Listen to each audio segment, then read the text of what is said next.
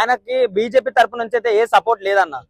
Like picture perfect గా ఒక సింహం మాట్లాడితే ఎట్లా ఉంటుందో కొన్ని స్పీచ్లు చూసి కూడా ఆయన నుంచి లైక్ మేము పిల్లలం అనేది ఇన్స్పైర్ అవుతాం. అట్లాంటి ఆయన ఉండడం అనేది నిజంగా లైక్ సీఎం గా ఉంటే ఇంకా చాలా బాగుంటది అన్న. తెలంగాణ జనసేనలో జాయిన్ అయితే రాయసింగ్ ముఖ్యమంత్రి అభ్యర్థి కావచ్చు జనసేన తరపున అవ్వచ్చు అన్న. ఎందుకనంటే ఆయన బీజేపీ తరఫున చాలా సంవత్సరాల నుంచి లైక్ ఉన్నాడు కాబట్టి ఆయనకి ఏం చేయాలో ఏం చేయొద్దో తెలుసు కాబట్టి లైక్ ఇంకా ఒక ఎమ్మెల్యే లా ఉంటేనే ఒక ఏమంటారు గబ్బర్ షేర్ లా ఉంటాడు. లైక్ పిక్చర్ పర్ఫెక్ట్ గా ఒక సింహం మాట్లాడితే ఎట్లా ఉంటుందో కొన్ని స్పీచ్లు చూసి కూడా ఆయన నుంచి లైక్ మేము పిల్లలం అనేది ఇన్స్పైర్ అవుతాం. అట్లాంటి ఆయన ఉండడం అనేది నిజంగా లైక్ సీఎం గా ఉంటే ఇంకా చాలా బాగుంటది అన్న. అన్న చాలా రోజుల నుంచి ఒక మాట చెప్పాలనుకుంటున్నా, ఆయన బీజేపీలో ఉండన్న ఏదైతే లైక్ ధర్మాన్ని కాపాడదాం అన్నట్టే ఉండు కానీ ఆయనకి బీజేపీ తరపు నుంచి అయితే ఏ సపోర్ట్ లేదన్న.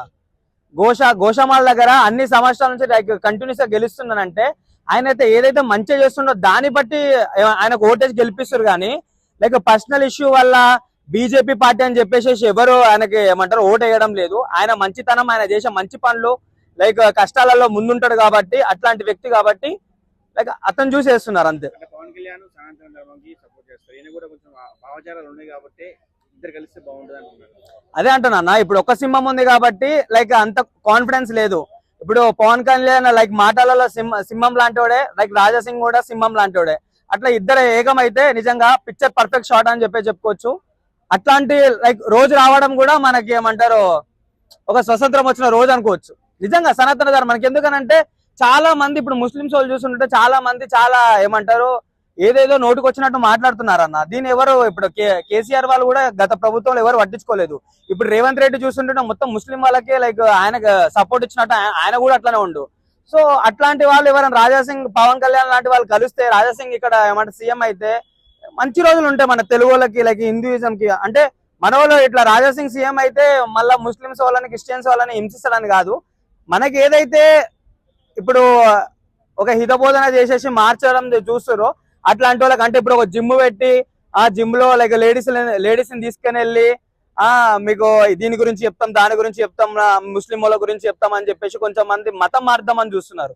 సో అట్లాంటి వాళ్ళకి కూడా మంచి బుద్ధి చెప్తాడు, ఒక కొత్త సెక్షన్ తీసుకొచ్చి వాళ్ళ లాంటి వాళ్ళకి ఒక శిక్ష చేస్తాడు అని చెప్పేసి నాకు అనిపిస్తుంది పర్సనల్. బీజేపీలో ఉంటాడు, బయటికి రాడు, రాయసింగ్ వదిలిపోడు బీజేపీ అంటున్నారు. అది కూడా వాళ్ళకు కావాలి కదా రాయసింగ్ అంటాడు. బీజేపీలో రాజాసింగ్ ఉన్నంటి రోజులు బీజేపీకి ఒక బలం అన్న.